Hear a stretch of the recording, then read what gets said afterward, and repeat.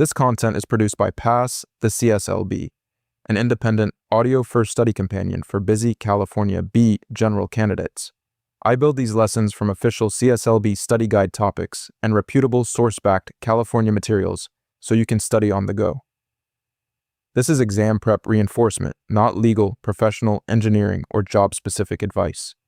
Exam content is set by PSI and the CSLB and may change, so always verify current requirements against official CSLB materials.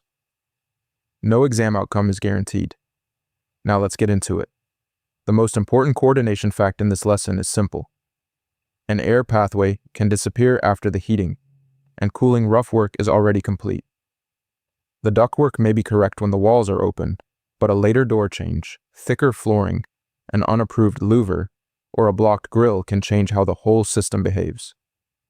That is the general B issue. I am not asking you to become the mechanical designer or calculate exact duct capacity. I am asking you to recognize when one trade quietly cancels the work of another trade. I think of the general B as the air traffic controller. The heating and cooling contractor designs and installs the mechanical work, but I still have to watch the entire field condition, so the door, flooring, framing, appliance, and finish decisions do not collide. Return air and combustion air are not two names for the same thing. Return air is indoor air that travels back to the heating or cooling equipment, so it can be filtered, conditioned, and supplied to the occupied rooms again. Combustion air is air delivered to a fuel burning appliance so the burner can operate. One pathway serves the circulating air system. The other serves the fire. Looking at the comparison chart, I want you to hold on to three distinctions. Return air goes back to the blower. Combustion air goes to the burner. A direct vent appliance draws combustion air from outdoors through a sealed arrangement, while a natural draft appliance depends much more heavily on the air and pressure conditions around it. The dangerous confusion is assuming that any opening near the equipment helps both systems. It does not. A return grill is not automatically a combustion air opening. A louver intended to provide combustion air is not automatically a compliant return path. Each opening has a specific job, and the mechanical design has to identify that job. There is also makeup air, which replaces air removed by exhaust equipment, such as a range hood, bathroom fan, or clothes dryer. I only mention it to keep the terms separated. Combustion air feeds the flame. Makeup air replaces exhausted building air. Return air goes back to the space conditioning system. This distinction matters because pressure connects all three. When air is exhausted or supplied without an adequate path to replace or return it, the pressure in one part of the building can change. That pressure change can affect doors, room comfort, blower performance, and the draft of a natural draft appliance. California places firm limits on where outside air or return air may be taken from. The cited California Mechanical Code rule prohibits taking outside air or return air from closets, bathrooms, toilet rooms, kitchens, and garages. Those spaces can contain moisture, odors, grease, chemicals, or vehicle exhaust that should not be drawn into a system and distributed through occupied rooms. A large closet does not become acceptable merely because it has plenty of volume. A clean-looking garage does not become acceptable because no vehicle is parked there during inspection. The location itself is the problem under the stated rule. The intake location also has to be coordinated with nearby discharges. Outside air or return air is not to be taken from within 10 feet of an appliance vent outlet, a plumbing drainage vent, or an exhaust fan discharge unless the outlet is at least 3 feet above the inlet. That means the mechanical layout cannot be checked in isolation. I have to compare it with the plumbing roof penetrations, dryer or bath exhausts, and appliance venting before the exterior work is locked in. The multi-unit rule is another important coordination boundary. Return air from one dwelling unit cannot discharge into another dwelling unit through the heating or cooling air system. That matters in apartments, attached living spaces, and accessory dwelling unit work. Imagine a contractor converting an attached garage into a separate dwelling unit. The least expensive shortcut may appear to be tying the new return into the main house return plenum. The cited rule does not allow the return air of one dwelling unit to discharge into another. The correct field response is not to improvise a different shared path. It is to stop and have the mechanical design revised into a compliant arrangement by the responsible professional. I want you to notice the general B pattern. The problem may first appear as a duct question, but it is also a scope, estimating, scheduling, and inspection question. If the project price assumes a shared system that cannot be used, the error reaches the budget and the schedule before it ever reaches the final inspection. Now consider a bedroom supplied by a central system with the door closed.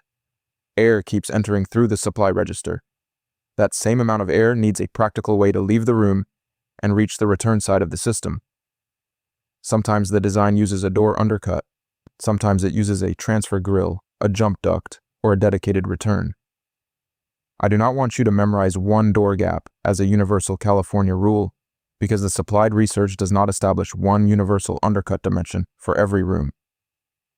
The correct lesson is coordination. When the mechanical design relies on the space below the door, the finished floor and the final door clearance must preserve that pathway. Suppose a project was designed around a clear undercut over a low-profile floor. Late in the job, the owner changes to thick carpet and a dense pad. The flooring installer raises the finished surface until the carpet nearly seals the door. The duct has not moved, but the return path has been reduced. The immediate result can be a room that becomes positively pressurized, while the central return area becomes more negative. The bedroom may feel uncomfortable, the door may move differently, and the blower may struggle to move the intended air. If a natural draft fuel-burning appliance is exposed to the depressurized area, the pressure difference can also interfere with the appliance draft. Under the wrong surrounding conditions, exhaust can reverse direction and enter the occupied space. That is backdrafting, and carbon monoxide exposure is a serious possible consequence. I am being careful with the wording because a blocked undercut does not guarantee that every appliance will backdraft. The result depends on the appliance, the vent, the building pressure, the available combustion air, and other operating equipment. But the pathway failure is real, and the general B should recognize it before occupancy rather than after a comfort complaint or alarm. The practical field decision is straightforward. Before the door package and flooring change are approved, compare the finished floor height, door clearance, and mechanical return strategy. If the undercut will no longer provide the designed path, the heating and cooling contractor needs to identify a compliant alternative. Cutting a random opening after paint is not a design method. This is the central memory connection for the episode. A door undercut can be mechanical space, not leftover space. When the design depends on it, a finish change is also a mechanical change. Combustion air has its own rules. When the cited indoor combination air opening method is used, the enclosure needs two permanent openings. One opening must begin within 12 inches of the top of the enclosure, and the other must begin within 12 inches of the bottom.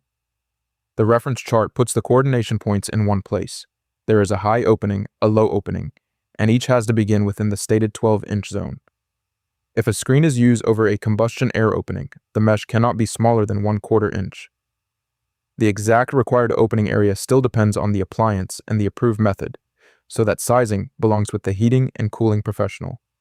This is where a general B can prevent very expensive rework. The framing opening has to exist before drywall. The grill or louver has to match the approved free area. Shelving, stored materials, insulation, or finished panels cannot later cover the path. A single large grill placed halfway up the wall is not an automatic substitute for the two opening arrangement required by the cited method. The high and low locations are easy to remember if I picture the enclosure as needing a permanent air path at both ends. But I do not turn that memory aid into a sizing rule. The source gives the location requirement. The mechanical design gives the required area and method. Natural draft and direct vent appliances also need to stay separate in your mind.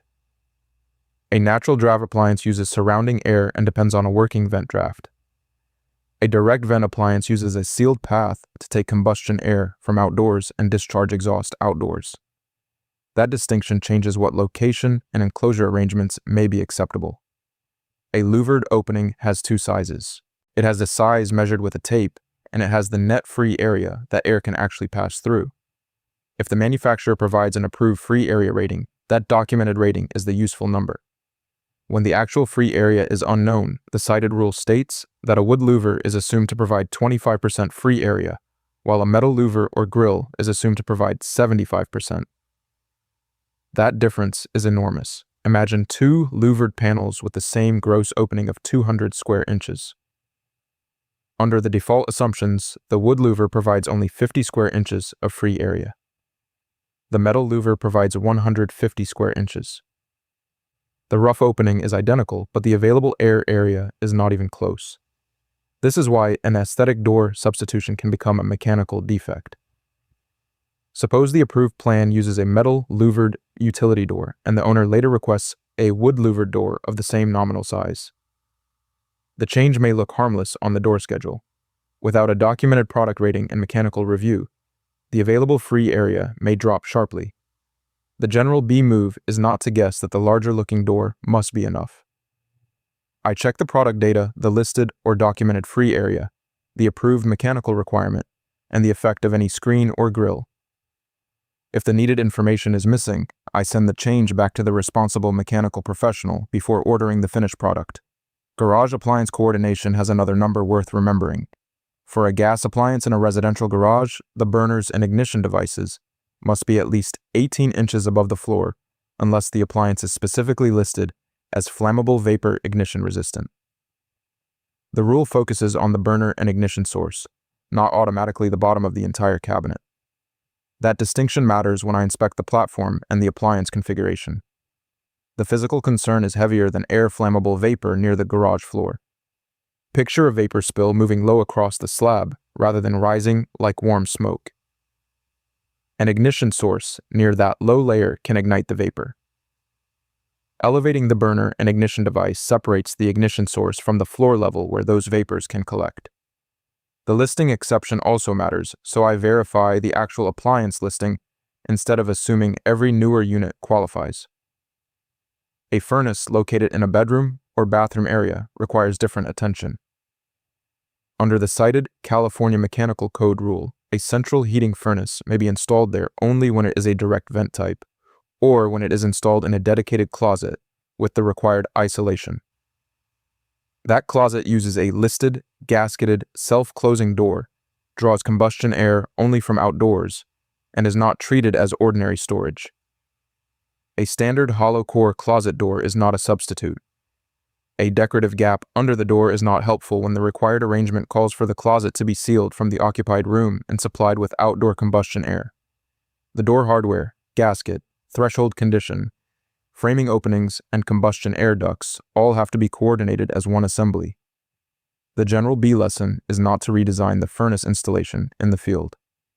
It is to recognize the location restriction, verify the appliance type, verify the specified closet and door components, and stop the finish work when the approved isolation is missing. California energy requirements add another coordination layer at the return side. The cited California Energy Code requirement states that a space conditioning system with more than 10 feet of ductwork must use an air filter rated at minimum efficiency reporting value 13 or higher. A more efficient filter can also resist airflow more than a less restrictive filter. The cited installation criteria therefore include a filter grill, size for a face velocity of no more than 150 feet per minute, and a maximum clean filter pressure drop of 0.1 inch of water column, which is 25 pascals.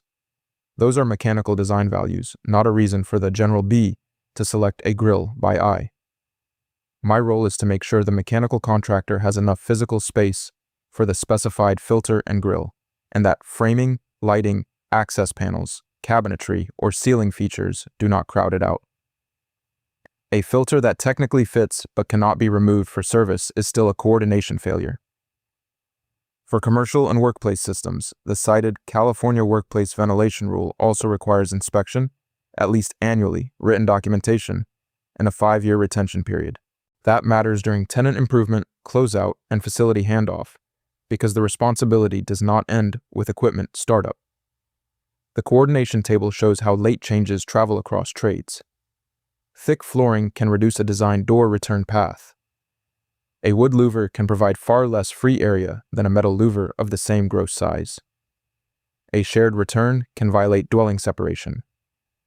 A standard door can defeat the required isolation of a furnace closet. I use a simple field sequence. First, I identify the air pathway shown by the approved mechanical design. Second, I verify that framing provides the required openings and space. Third, I compare the door, grill, filter, and appliance submittals with that design.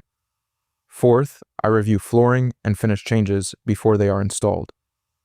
Fifth, I have the responsible trade verify operation and required measurements before concealment or closeout. That sequence keeps the general B inside the proper boundary. I coordinate, inspect, document, and escalate. I do not replace required mechanical calculations with a tape measure and a guess. Here's the compact memory line I would carry into field supervision. Return air returns to the blower. Combustion air feeds the burner. A door, grill, louver, or finish change can erase either pathway, even when the original ductwork looked correct. I would also remember the fixed coordination points. Keep return and outside air away from the prohibited rooms and nearby discharges. Keep dwelling unit returns separated. Keep the two indoor combustion air openings high and low within the required zones. Treat wood and metal-louver free area differently when no rating is documented. Check the garage ignition elevation and the appliance listing. Check the special isolation when a furnace is in a bedroom or bathroom area. Give the specified filter and grill the space they need. There is an audio practice quiz for this specific episode, and I made it for the way you are actually studying. The questions are read aloud and you answer by tapping, so it works for people studying while driving, working, or otherwise on the go. Go to the description below this video. You will see a link that says Pass the CSLB. Tap it. It will take you straight there. Comment below with any questions about anything I covered here. Subscribe so I can help you stay on track through every episode until you get your license. I know this process takes discipline, and I want to keep making each step easier to carry with you.